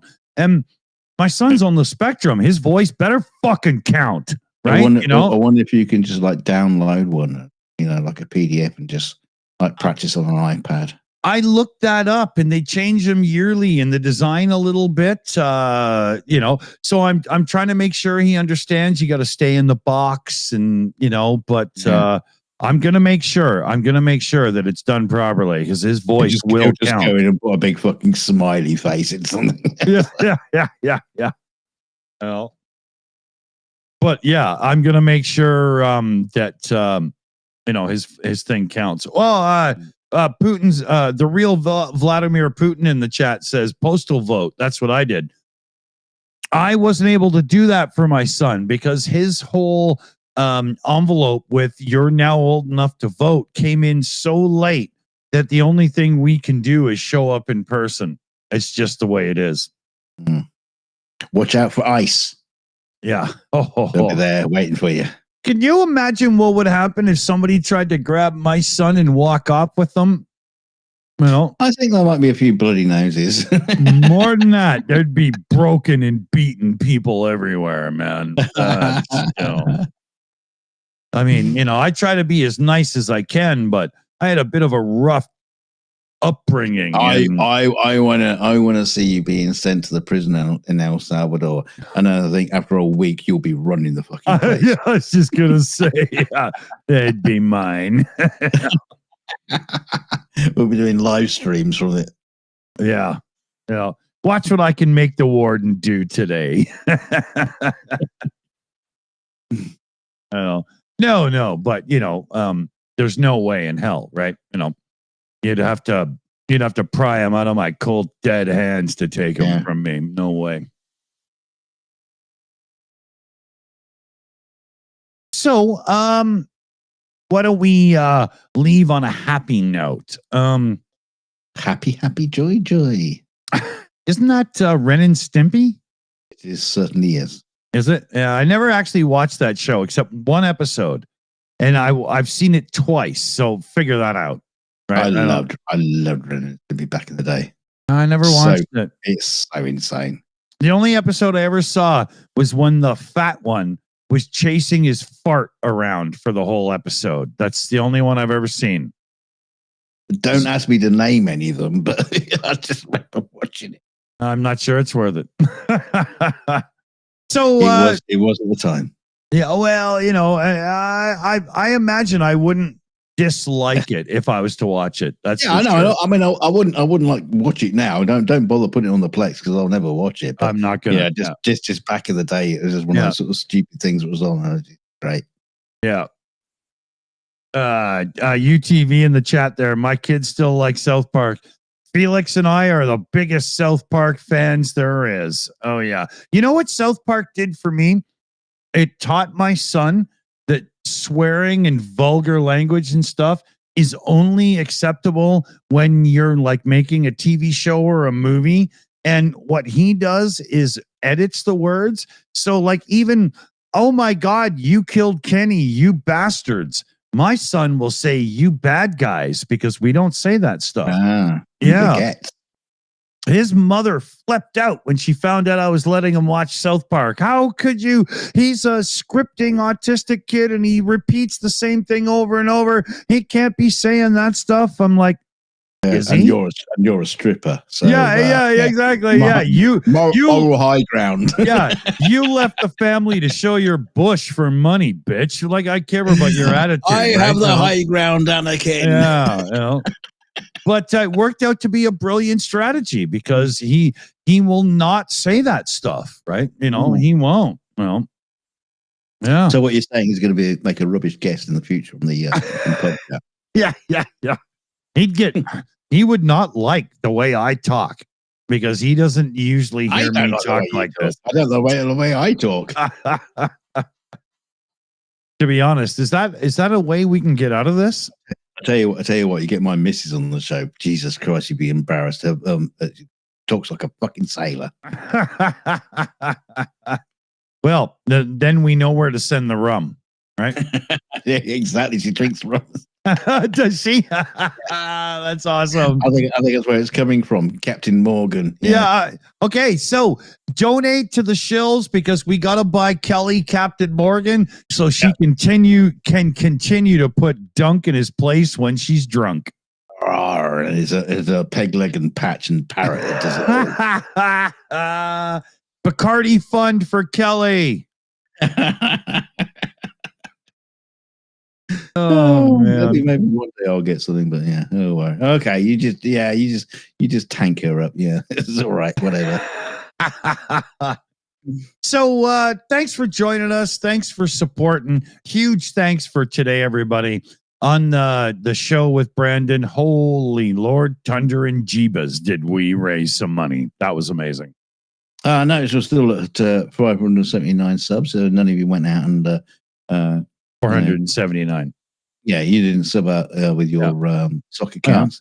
So that means you don't have enough sock accounts. Yeah, so we're only go and create a sub account. We're only 21 subs away from having super chats and members on this channel. So hit the share button at the bottom and put it on social media. And you're like, hey, if you don't mind people being really 70s in their humor and saying shit nobody's supposed to say and stuff, this is where you need to be. Yeah. And we'll tell you the truth. With a little bit of not so much the truth. But yeah, whatever. I'm a lumberjack and I'm okay. I sleep all night and work all day. Hang around in bars? Very, very clear. Thanks for joining us, everybody. See you soon. And tell your mother I'll call again soon. I've just been busy. Love you lots. Lots of kisses on your little pinky toes. Smoochy, smoochy.